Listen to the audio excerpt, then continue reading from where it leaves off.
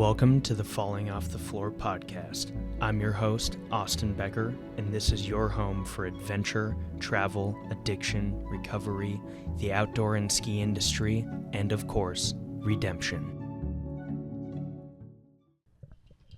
Hello, everyone, and welcome to the Falling Off the Floor podcast. This week, we have a special guest, Dan Schmader. Dan has kind of been with me on the whole ride since day one of my recovery. Dan worked at the program that I went to in Portland, Maine, and then ultimately worked at for a few years. We've talked about it on the podcast before. Foundation House in Portland, Maine. So Dan is out here, and Leonard is currently going crazy on the lighting equipment right now, and there he goes. But anyways, Dan's out here for a conference with Foundation House still, and still working and helping people get clean. So without further ado, I'll let you introduce yourself, kind of give your background, where you're from, maybe how you ended up at Foundation House as a client yourself, and take it from there. Yeah, thanks, man. My name is Dan Schmader. I have been employed with the same program that Austin and I both attended as clients and then as employees for 8 years. So it's been a while, and I was able to see a lot of guys come through the program and be successful, not just Austin and I. And honestly, that's what's kept me around there. Yeah. It's like not only helping guys get clean, but like showing guys that they can live a life full of adventure, filled with fun, and filled with some really good friendships. Yeah. And I think that's, in a nutshell, the point of the program. And hopefully anyone that's trying to get into recovery is like, can you fill the void of what substances used to give you and try to fill it with things that you love and love to doing and get excited about waking up for every morning. Yeah. But yeah, what brought me to Foundation House was probably very similar to you. I think your story as skiing in the background, when you lost that, you lost a major piece of your identity. And for me, that was also athletics, and tried to fill that void and that structure and lack of discipline, really, with drugs and alcohol. And after a few failed attempts back in my home state of Pennsylvania, somehow found my way to Portland, Maine, like the rest of us did. It's funny, when I went up there, I went up there at the suggestion of a friend that I went to college with. He was a college teammate. And when I went up there, I was expecting like nothing but pine tree forest, coastal Maine. Yeah. And then you get to Portland, and it's like actually a really nice little place to live. Incredible city. Yeah, with a lot of things to do. And like that was the beginning. That opened my eyes. Like when I got there, I knew, I was like, okay, look at all the stuff I can do that I always wanted in my life. Yeah. And at points had it. And you played college lacrosse at Holy Cross? I did. Okay. I did. Nice. Which is, Holy Cross is a smaller Division I school in Worcester, Massachusetts. Worcester. And I would say that's where my issues with substances, like how I used them as like a male adaptive coping skill, came into play. That was the first time in my life where things weren't handed to me or didn't come easy. Yeah. I think everyone thinks they're a hard worker, and then because then you have something to show for it, and then something like actually happens and you have to navigate the process. And for me, when that happened, it was an easy pull, first with marijuana and alcohol, and then some pills came into play, and it just kept getting worse and worse. But in my mind, it was always like this short-term fix that I would figure out. Yeah. Like, no question, figure out down the road. And then when you start to have that moment of clarity of like, oh, this is not something that I just wake up from and can move past. Yeah. I need some help. But at that point, it's so abnormal for a 21-year-old man, like a 21-year-old boy, really, to be able to ask for help, like legitimately say, like, something is wrong with me and I need help. I mean, I just had no skill set to do that. Yeah. And around that time, I mean, you had like family stress going on as well too, right? Like you lost a family member and so like in college, that's when I kind of learned the trade of like habitual drug use, let's call it. I may not call it addiction yet. And then when you get used to leaning on that for relief, you don't learn any other coping skills that are actually healthy and can help you in the long term. And then, so when some social struggling happened and like not getting the playing time I thought I wanted, like kind of trivial stuff. Yeah. You know, and you already have these like really poor coping skills in place. When something like actually life changing happens, you're in a rough spot. And that's what happened to me. Like my dad died when I was 22. So I graduated college. I moved to New York City, got the job that everyone was doing at the time. You know, like not necessarily what I wanted to do. You were working in like banking, yeah, correct? I worked at a big investment in private bank in New York, and just because everyone else was doing it, and that's just kind of like what you did. You know, you got an internship, and I graduated in May, started the job, and then I visited home like in July, and my dad had stage 4 pancreatic cancer. Yeah. And that was actually, and I don't really know my medical terminology, but Steve Jobs had pancreatic cancer and died of it, and fairly quickly. So in my mind, I was like, oh my God, this billionaire couldn't figure this out. So it was pretty dark. Yeah. And he lived another 7 or 8 months. And like the progression of addiction in that time period was like pretty intense. Yeah. You know, you go from once a week, twice a week, more safer substances, I guess you could say, to like really taking some risks and like waking up and this is what I'm doing now. Yeah. And then a year after that, when I was 23, my mom also got a stage 4 cancer, ovarian cancer. Yeah. And she lived another year. And that year I was kind of in and out of. At that point, I'd been exposed to recovery, 12 steps, AA. Yeah. You know, and like they say, location doesn't necessarily matter, but when you're first trying to get clean and like get out of that hell you're in, like it just wasn't a good spot. So I failed. You know, probably went to treatment a few times, went to a couple sober living houses.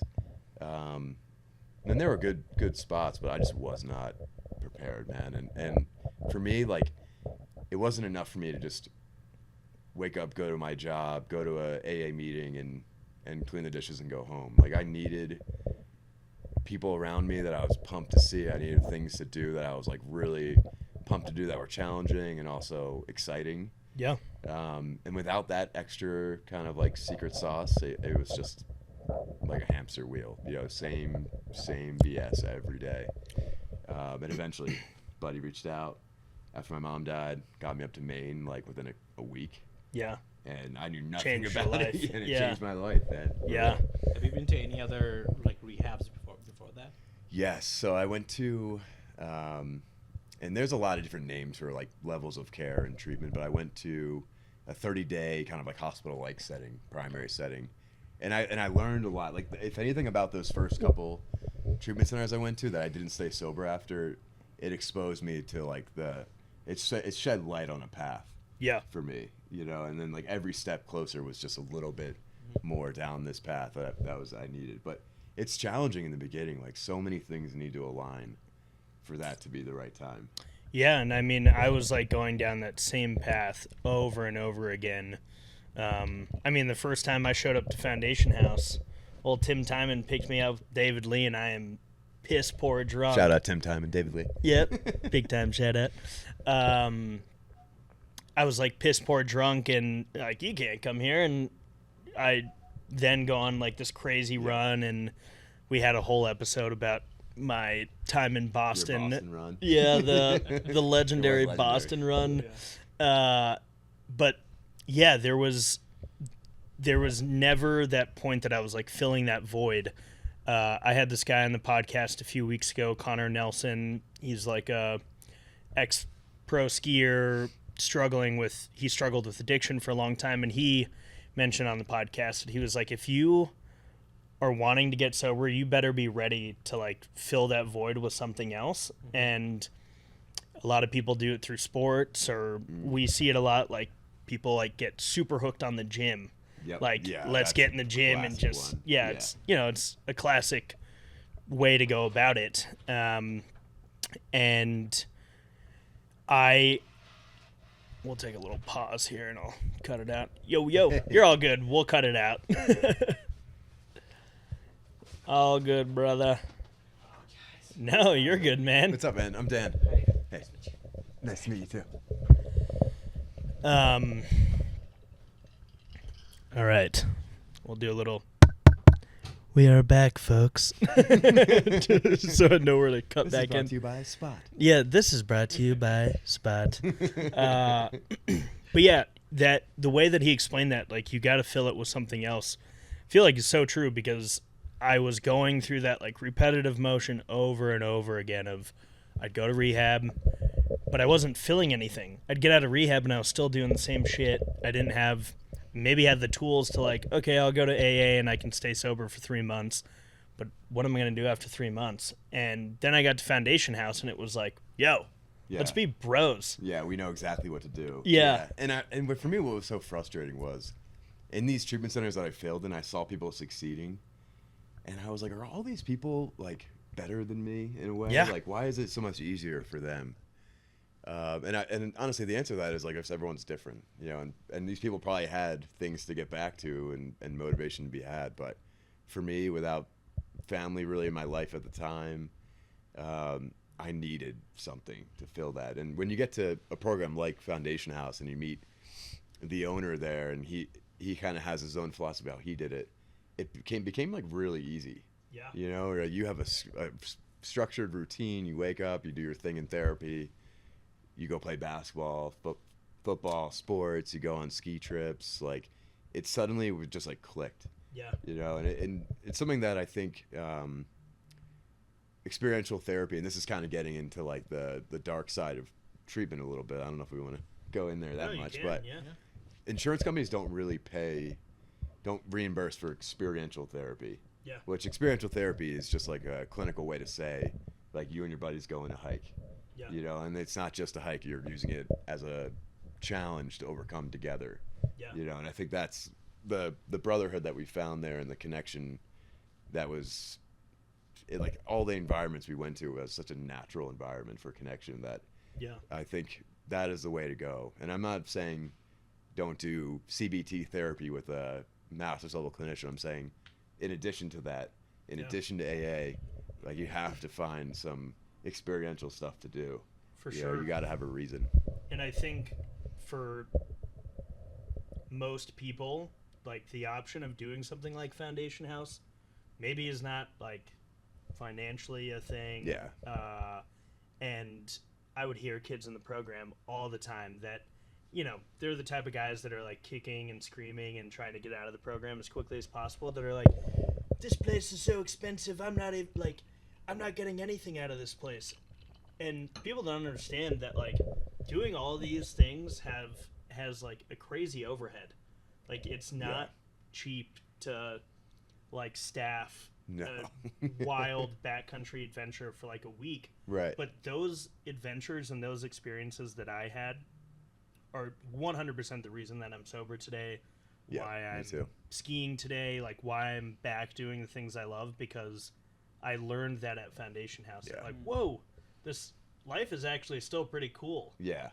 Absolutely. I don't need these drugs. Like, the amount of people you and I have been able to connect with over the years, that we have connections all over the world. Yeah. Like, I literally just saw Foundation House post that they were sending somebody to Denver, and I was like, oh shit, I gotta call Dan and just hit you up. And like, that's kind of how I feel. Almost every city I go to, I can think and be like, oh man, yeah, that guy. I know that guy from recovery. Yeah, from recovery. It opens up a whole new world, and when you realize that these things are way preferable to my substance use, it's easy because you don't want to let go of that, you know. And I think talk about the global reach of all this, like, and these are extreme examples, but like I've been to the USVI a couple times with Foundation House to do service work. I've planned a trip to Patagonia to backpack the northern Patagonia ice sheet for 2 weeks. Like, and you guys just got back from Australia. Yeah, right? we took guys with 4 months sober. We got them scuba dive certified in January in Maine. Not easy to do. Wow. Yeah, not easy to find pool time. Yeah. In January in Maine, and we got 10 people, including myself, had never put on a regulator in our lives. Yeah. We did like 12 hours of pool class over 4 Saturdays, and then our first ever open water dive was in the Great Barrier Reef. Dude, and like that's so crazy. when you do that with, That's and insane. it's insane and it's Yeah. fucking terrifying, dude. It was so scary, and like I'll tell you, the trip was amazing. There were some challenges that we overcame, some strife at times, but like that's to be expected when you're with a couple people, a group Yeah. of people for a couple weeks straight. Yeah. But our ride out to the Great Barrier Reef was an hour and a half by boat, and we were going to stay on a liveaboard for 3 days. But the first thing you do is you ride out, and then you drop anchor, and you're like get in the water, and we all get brutally seasick. going Oh out there. man. Yeah. And so me being a staff member there, I was like, I can't throw up. I can't let them see weakness. You know? they And- can't see this. And no. most of us didn't actually throw up, but we all were feeling it. Yeah. And then so now you're seasick, hour and a half ride, even with the Dramamine, just like keeping an eye on the horizon. And then you get to your spot, you drop anchor, and then all these crazy Australians are like, "All right, put your gear on," and like you're sick, you're so scared to drop in actual like 20 meters of water for the first time. Yeah. And then not only is like your first dive is all your skill tests. You have to take your goggles off to 60 feet down. You have to take your regulator and like throw it behind your back so you can recover it.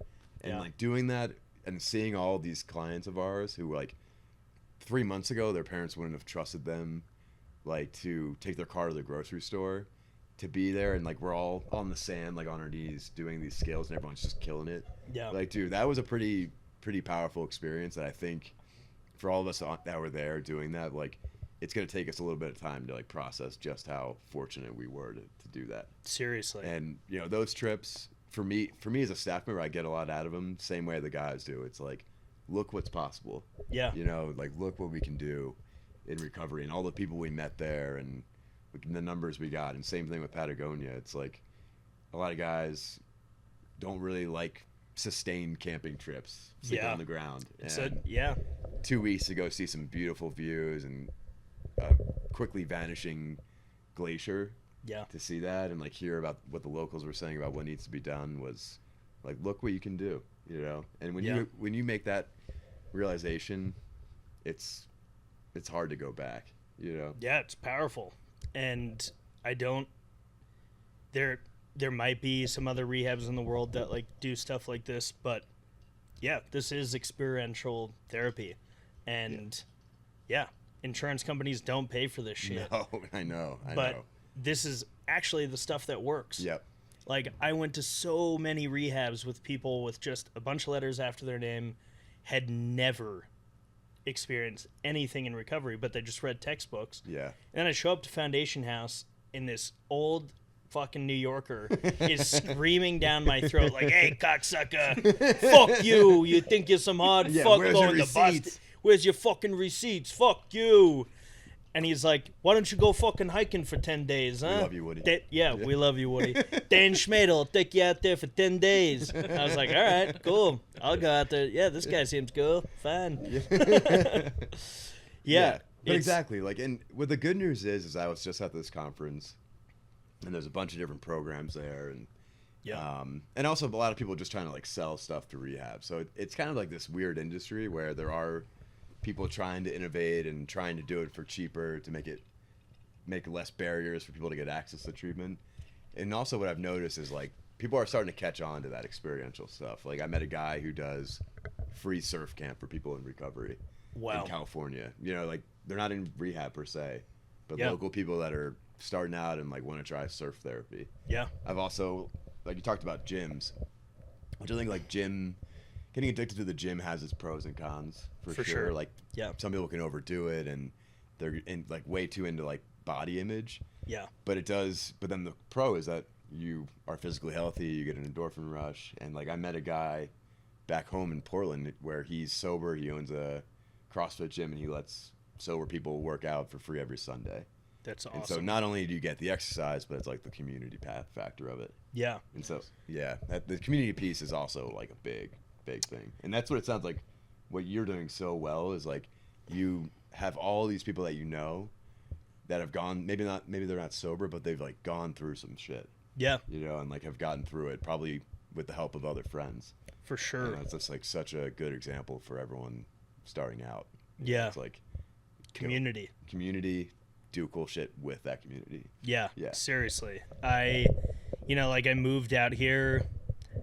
Moving out here was terrifying. I bet. Like when I'm sitting at that desk in the corner, you're in the other corner, Hutch is in the other corner. Yeah, it's safe and cozy. It's safe and cozy. I show up, I get my paycheck every 2 weeks. I've got, first time I've had benefits with a job in like years, and I find in the back of my head I'm ready to like flee the nest. And yeah, I was totally terrified. And when I first got here, I was with a ex-girlfriend of mine, and that is like it was stressful for sure. And then slowly but surely I'm like, okay, I can start like branching out. And just in totally random ways, I was telling you, I met Naveed on Tinder for tennis, essentially. I met dude skiing. Honestly, my first like year here in Colorado was pretty rough, and a lot of that had to do with a bad relationship. But I was you also came here after like right after COVID too. So it was like the community was still kind of rebuilding itself. Yeah, and I was ready to quit skiing. I like skied 1 year with my ex, and I was like, this shit sucks. Then I met Naveed, and this crazy Bangladeshi guy takes me to a hot tub overlooking the city. You see the mountains in the background. Two other dudes. Two other Southeastern Asian bros. They just filled me up with tikka masala. Ooh. And we're talking skiing, yeah. And we start talking skiing, and they're like, oh, what pass did you get this year? And I was like, I'm not going to get one. I'm like done. And they're like, no, like, you got to get a pass. Yeah, you're not done. And I'm literally sitting in this hot tub. I was like, fuck you guys. Like, I don't even have fun doing this anymore. I'm not, like, the ride is over. And somehow these 4 dudes that I had just met convinced me to buy a pass in that hot tub. And Community. Cool shit. Yeah, community, cool shit. And then I get up there, and Naveed hands me this camera and says, oh, yeah, take a run with this thing. And then I put it on the internet, and people are like, whoa, this is cool. And I was like, man, this is cool. Yeah. And, I mean, the community that I've built around the ski industry, and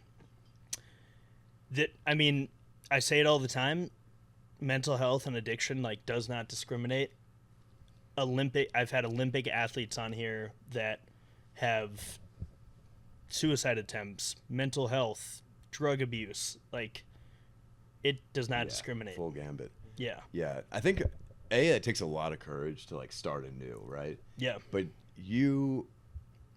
and I've seen other people do it too, like, you had the knowledge of what to do. And it was probably harder because of COVID. When you went out here and it was still kind of shut down. Yeah. But you knew, like, okay, I can meet people through tennis. I can meet people through skiing. I can meet people through, like, school or whatever. Like, you kind of recognize that you have these outlets to go, and, like, you can branch out from there to find the community and get back doing, like, things you love. Yeah. And then from there, it's all, like, I think a lot of times people just having the courage to take that first step is terrifying. Yeah. And I think a lot of us, like, that we get feared up and we don't want to do it, and it's so much easier than you can imagine when you finally take that step. And things kind of just work itself out. I was also totally terrified to walk into Patrick's office, be like, hey, man. That's the owner of the rehab. Yeah, I feel that. Yeah, I was terrified in that moment to be like, all right, well, listen, man, it's been great. So yeah, it's just hard. Yeah, I think it's hard for like people in a community to, like, lose a community member, and, like, they're kind of scared to see him go too. Yeah. But ultimately, like, I think that's just, like, you had to do that. Yeah. Like, you had to make that move to, like, keep growing. Yeah. And I feel that too. Like, but it is terrifying. Yeah. It's just like what worked for you for so long after nothing did. And, like, branching out and trying to start anew, like, that can be terrifying, but you had to do it. You know? And I think everyone at some point does, like, it really is kind of the cuckoo's nest. You got to flee the cuckoo's nest at some point. Yeah. We were all crazy motherfuckers in that office. Yeah. But we had a lot of fun and helped a lot of people. Yeah, we did. And showed them a good time. Man. Yeah. Yeah. And that's like the main thing, is that I think and still to this day show people that you can like still have fun in recovery. And I'd say the biggest fear point, like I worked in admissions at another rehab. Everyone's like, what am I going to do now without drugs? It's like, live your life. Yeah, whatever you want. Yeah. You literally are doing nothing right now except drugs. And now you can do everything. Yeah. And that, oh man, when admissions people would tell me that on the phone, I'd be like, fucking idiot. All my friends booze. Yeah. All my friends booze and do Oxycontin. That's cool. I don't remember my last name, but that's fine. Oh, man. Yeah. So you've been in Maine now for a few years. I guess more about your personal life. You grew up in Pennsylvania. You came out to Maine. What do your days look like now? I know you got a fiance now and just bought a house. Yeah, we got Danny. engaged this past November. But yeah, it's funny. Like, and that was another big thing of like location did matter a little bit. Yeah. I grew up outside of Philadelphia, near Villanova University, and there it's just like you're not hiking really. Yum. The Appalachian Mountains there's a piece in Pennsylvania. It's kind of far. You're not really like fishing or skiing. I mean, there's the Poconos, but like it's all sports. Yeah. You know, I think sports is a good kind of like foundation, so to speak, because For sure. it gives you a team, it gives you community, everything we've been talking about. But like I need to do newer, cooler like challenges, you know, and I think that's like what I got out of skiing because I started skiing only a few years ago. Yeah, I remember your first time going out there, man. Oh yeah, Sunday or like first river time I ice bob. skated, you know, it's like I didn't ice skate until I was 25. Yeah, and like tried all these new things, and like that was so important, is to have the courage to try something new, even if you're gonna suck at it. Soba hockey. Yep, soba hockey is a thing. Yeah. And then skiing too. Like I was so pumped after that first day I skied all day. Yeah. Like I was like, this is amazing. Yeah. You know, there's some danger awesome. to it. There's a lot of discomfort. Like Yeah. your beautiful views the whole time. Like it, and like with all your buddies around you, like woo woo, like going down the mountain, like that stuff. I was like, this is so sick. Yeah. And I got that same experience of a bunch of stuff up there, like kayaking trips, but that I didn't get in Pennsylvania. And like obviously at 25, our time as athletes have come to an end. Like being on a sports team like comes to an end. Yeah. But your time as part of like a team, just like crushing a challenge and objective together, like you can do that until you're decrepit and 80 something years old or whatever, really. Yeah.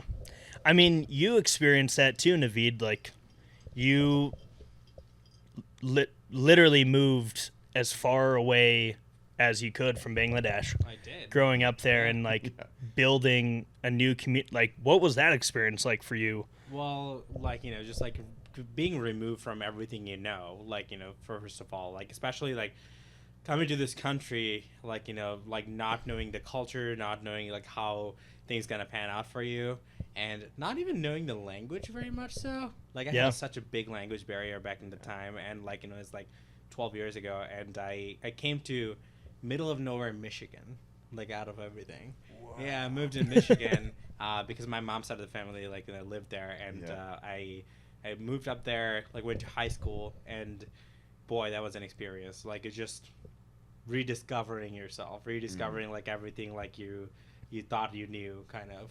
And you came here for like senior year of high school? Yeah, I was last year of high school. Last year in high school, yeah. Yeah. So I like, and I have this like dichotomy of like, you know, just like having kind of like knowing a lot of thing, like cultural thing back home versus like knowing a lot of cultural thing here. And like, you know, just kind of like balancing that, like, you know, was really difficult at first, but now I'm like, it's pretty used to it. It's like, it's kind of like it became a big part of my life. I talk about like, you know, cultural things like back home, but I also like am very in tune to the American culture as well. So yeah, I mean that I can't imagine. Yeah. It was scary moving to Portland, Maine, but moving from Bangladesh to the U.S. that's a leap. yeah. And I remember, like you've talked about on other episodes, you were like the only brown kid in your entire high school, and your English second language class was like one other person. Like two other person, and they're like one of them actually was from middle school because there was like nobody, like no foreigners there. Yeah. Like I mean, people are really nice there, but it's just like like people also didn't understand me, and I didn't understand them. So Great to see you. I don't know what the hell you're saying, and you don't know what I'm saying, but great to meet you. Yeah, exactly. Well, like I had some really amazing teacher, and some of them I'm like still pretty close to, and they helped me through the whole process and made it feel like very easy. Yeah. Yeah, like we just met, but Yeah. like I imagine that was like a huge factor in like the person you've become. Oh, big time. You know, and I think Big time. that's such a like sometimes you ever think about like sometimes I'm like what would have happened in my life if my parents didn't die or if like I didn't get into a pill addiction. Yeah. You know, like where I never would have met my fiance.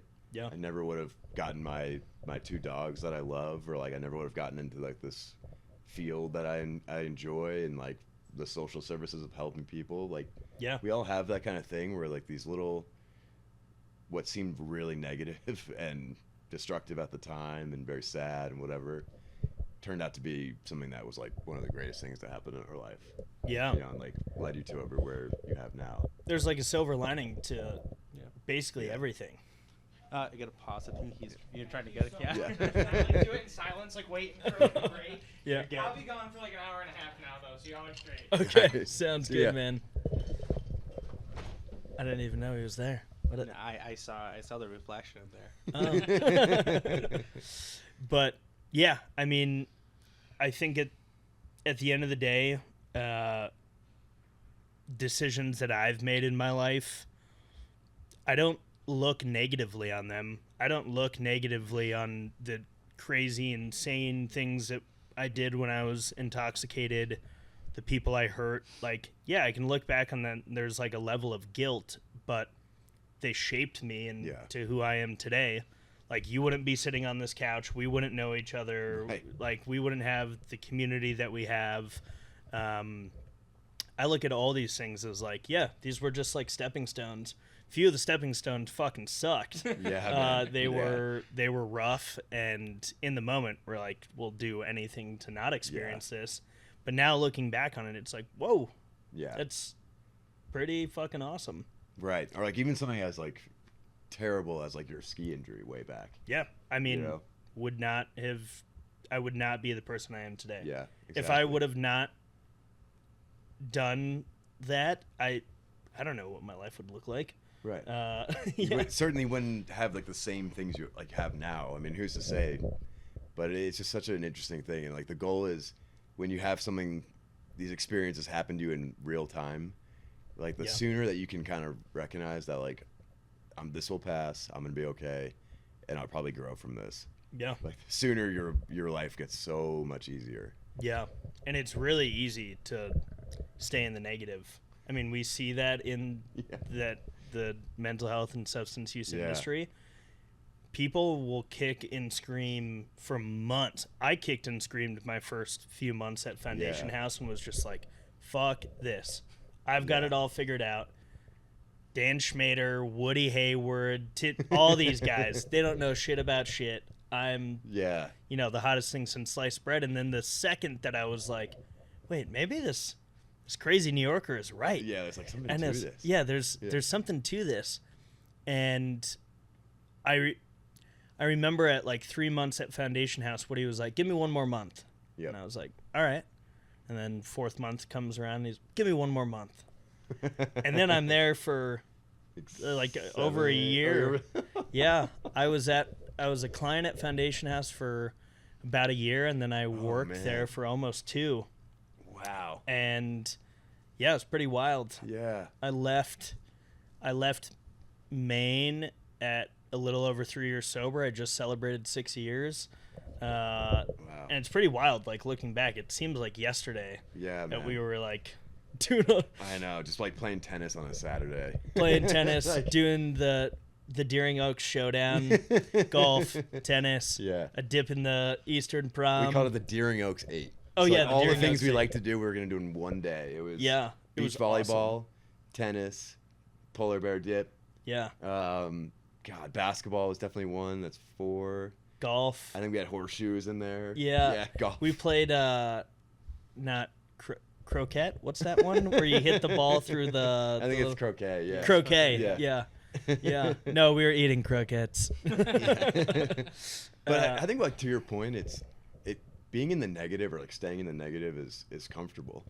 For sure. Especially when you've been just taking loss after loss after loss, and it's like, I'd love to know, because I was like that too, where it's like, I'd rather stay in my shitty situation than like have the courage and put the effort into and honestly, all it is like saying yes. Like, yes, I'll go get in that van to go hiking. Yeah. You know, but it the was dope fiend limousine. But like, you build it up in your head. Juggy buggy? I've never heard of it. Juggy buggy. Yeah. The Adavan. But it's like, you build it up in your head. It's like, oh, this is going to be such an exhausting experience. I don't want to do it. I'd rather sit in my room and like be negative. And there is something comfortable to that. But it's like, for the people that have been successful, they were able to say yes and get in the van. And a lot of that has to do with like the people around you. For sure. You know? People that Yeah. won't let you say no. And I think even outside of recovery, that's like an important thing. I talk about work-life balance on here a lot, and I think a lot of people get comfortable in their, I'm going to do the same thing 9 to 5 every week. Nothing changes. Yeah. They just punch in, punch out. They don't get anything out of it. And they're comfortable with that. And then 70 years old rolls around and they've got their retirement, and like, your life is over. Yeah. It's funny you And- bring that up. Like, work-life balance is so important.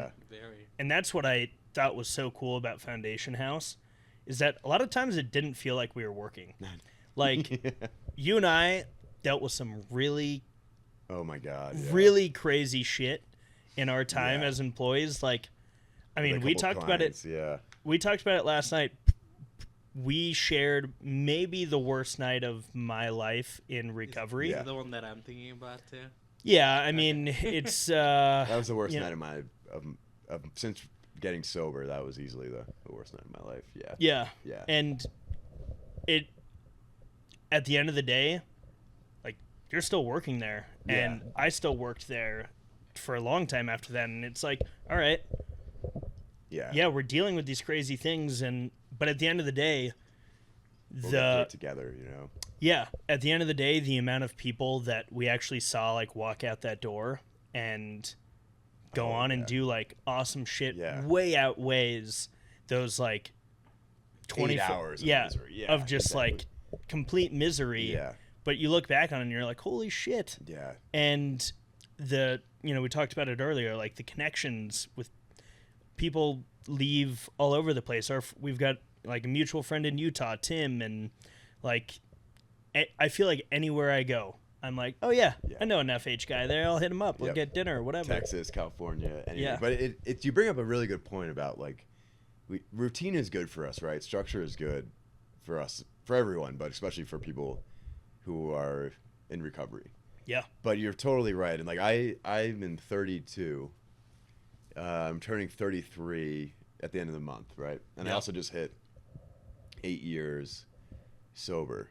And recently I've been like, man, like, time feels like it's moving so much faster than it used to.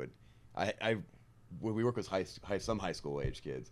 Yeah. And 6 months for a high school age kid is an eternity. Yeah. You know, an eternity. But as I'm getting older, I'm like, man, 6 months, like winter comes to summer, summer gets to winter, like that. Yeah. And it's like, I really have started to be more cognizant of the need to continue to have like experiences outside of work. Like, we were lucky working there. Like, we got to do a lot of awesome stuff for free and while we got paid.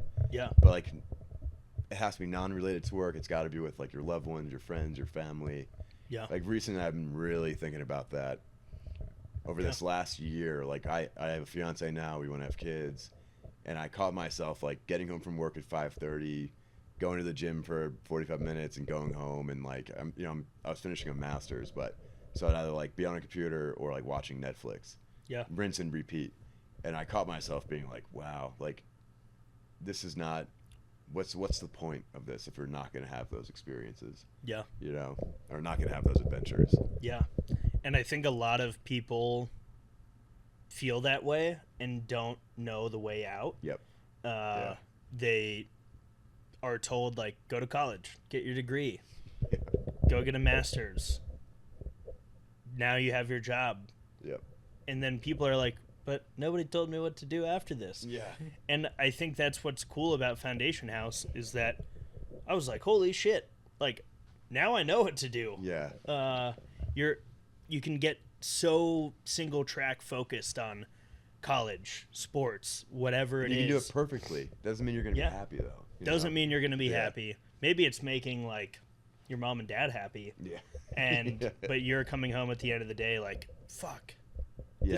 This sucks. And that's a great topic, and it's like there's a lot of societal expectations on, like, where I grew up. It was that it's like get good grades in high school, you're on athletic teams or extracurriculars, whatever. You go to college, you get a good job, like whatever that is, Yeah. and then you can achieve all those things, and then you're not happy. But then it's like you don't know the way out, and you're terrified that because you're gonna go off course of like what everyone else is doing in your suburban upper middle class town. Yeah. That's terrifying. Like, what are they going to think of me? Are they going to think I'm a loser because I'm a guide, instead Yeah. of a banker or a lawyer or whatever? And honestly, like, it's so now it does not matter at all. Yeah. But when you're 22, 23, 24, and you're making that life transition into full independence, like, that is a terrifying prospect, dude. Yeah. And like someone like Tim, for example, like, he's from the East Coast. We all know what East Coast culture is like when it comes to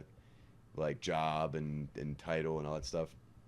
And Tim didn't give a fuck. He just was like, I'm gonna go out to Utah and like do awesome stuff and make a life for myself out there. Yeah. And like that's a great example for like all of the clients at Foundation House to see that, or like what you did, same deal. Yeah. Or anyone that is like, I'm gonna do something that's a little bit off course or abnormal from like the average guy and Yeah. give it a go. And it's like, look what you can actually make if you have the courage to do that. Yeah. To go off course.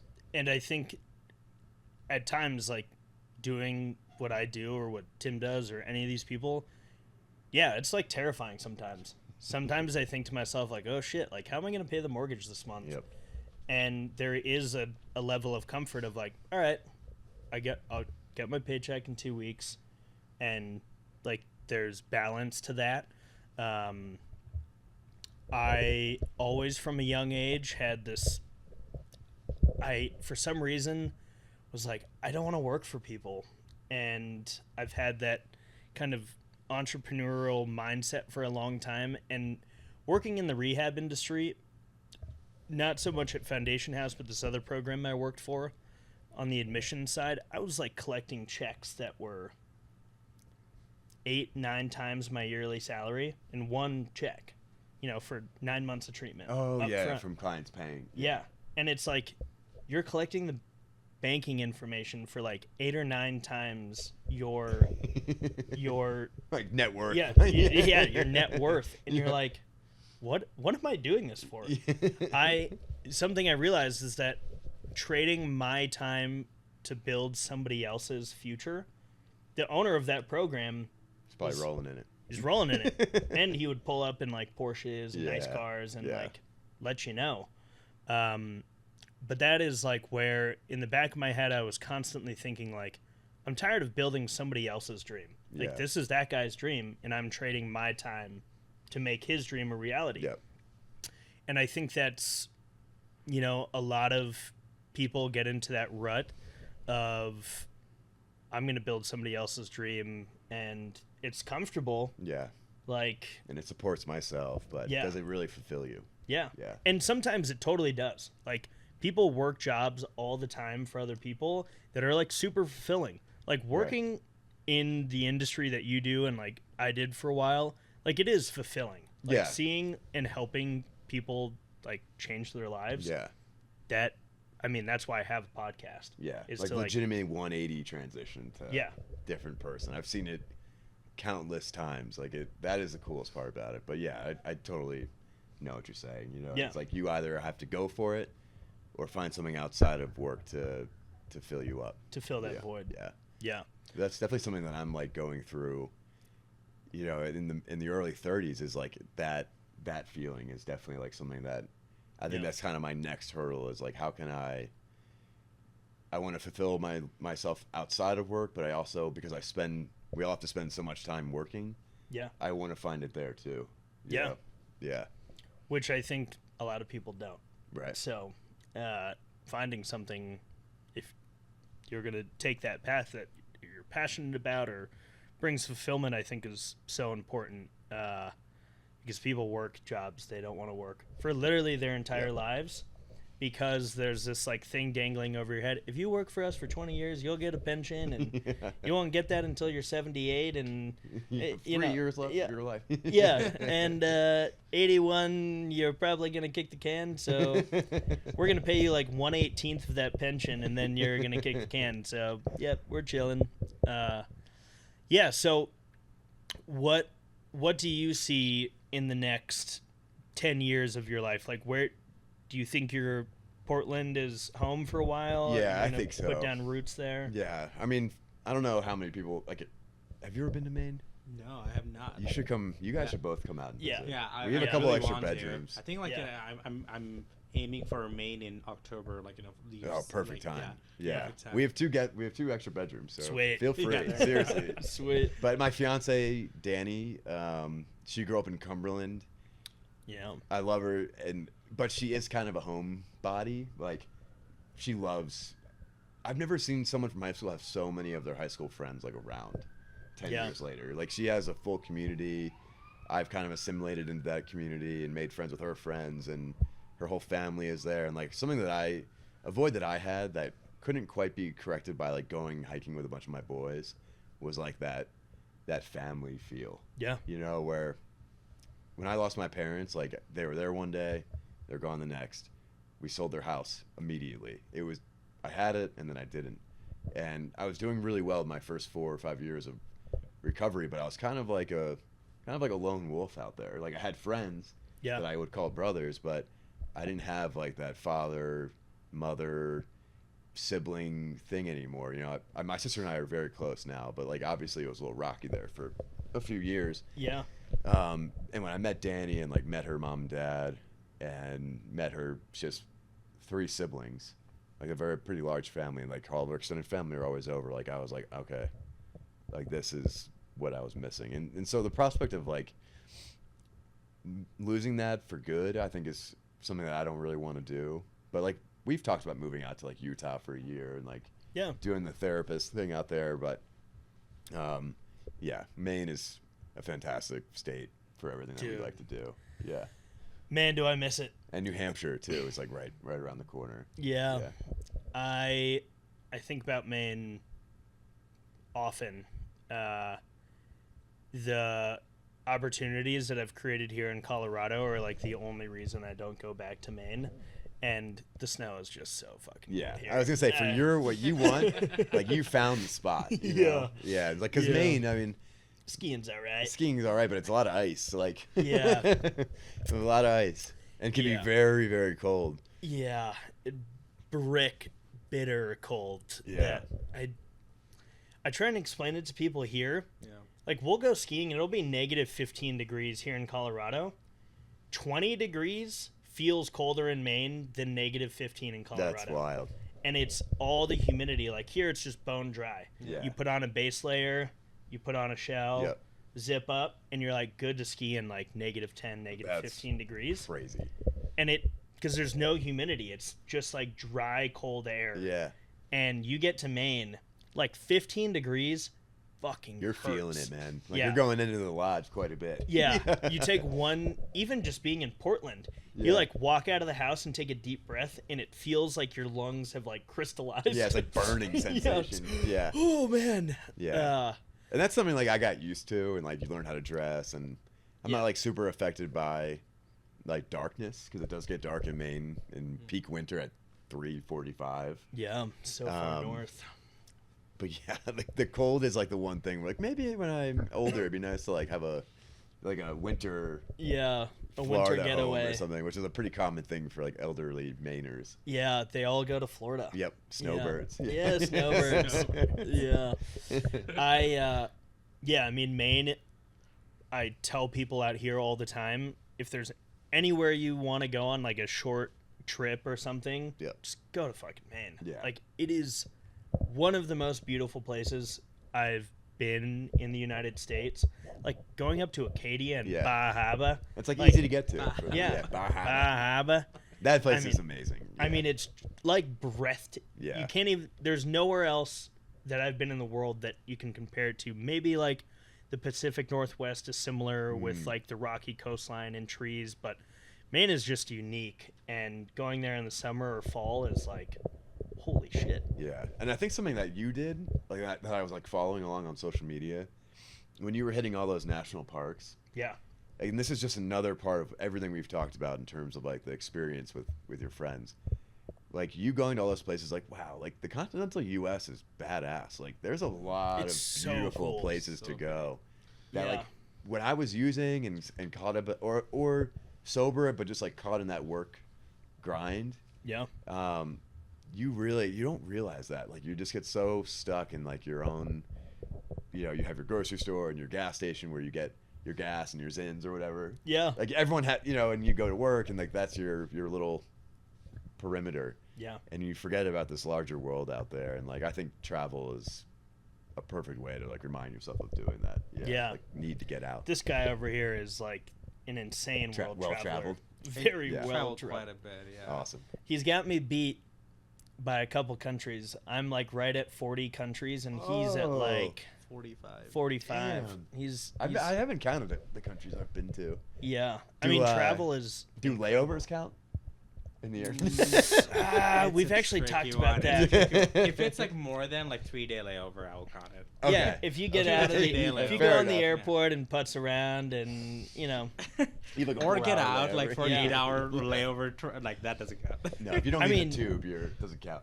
even with the Foundation House international trips, you have been to some pretty fucking incredible Yeah. places. Like going to Patagonia. Did you guys do the Fault Line trek? We did. We went. Yeah. So that was Chile because Oh, Patagonia Chile. Yeah. stretches over Argentina Argentina. and Chile. Yep.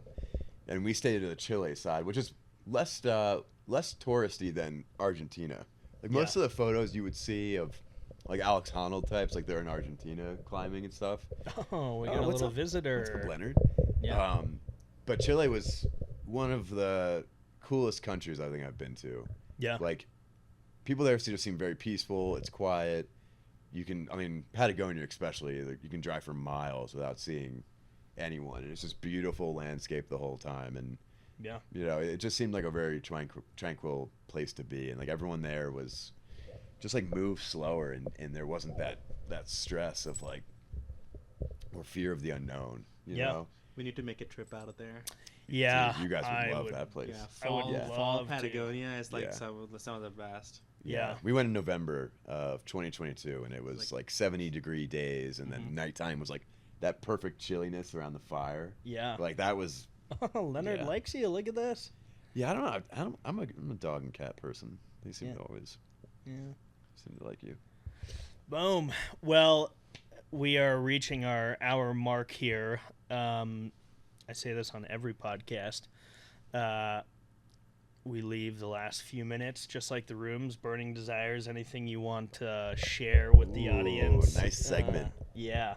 We leave this last section for guests to just unload any advice or thoughts or Yeah, I just wanted to say thank you for having me on. yeah. This came to be because I was going to this work conference, which they're not very exciting, by the way. No offense, NATAB. It was a great conference, but not the most exciting thing. Like, Yeah.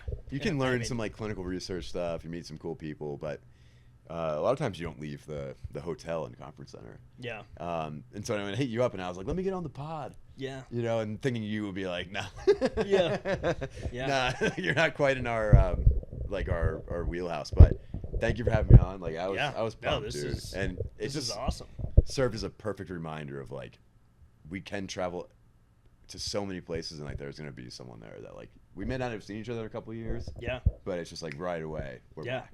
Yeah. We're back, baby. We're So- back, baby. So we also just talked about it like a little bit ago. You are starting a podcast as well. Yeah. Yeah. Yep. Yeah. He's trying. He's trying Fantasy to. podcast. Yeah, fantasy when it goes football. live, I'll send it to all our audience. I'll let them know. Yeah. Fantasy Fellowship. Fantasy Because Fellowship. we're all baby. Lord of the Rings fans. Yeah. Fellowship of the Fan. And a Yeah. bunch of sober bros. We are, yeah. Yeah. Yeah, we talk about sobriety a little bit in it. Yeah. Yeah, we're huge football fantasy nerds. Heck yeah, man.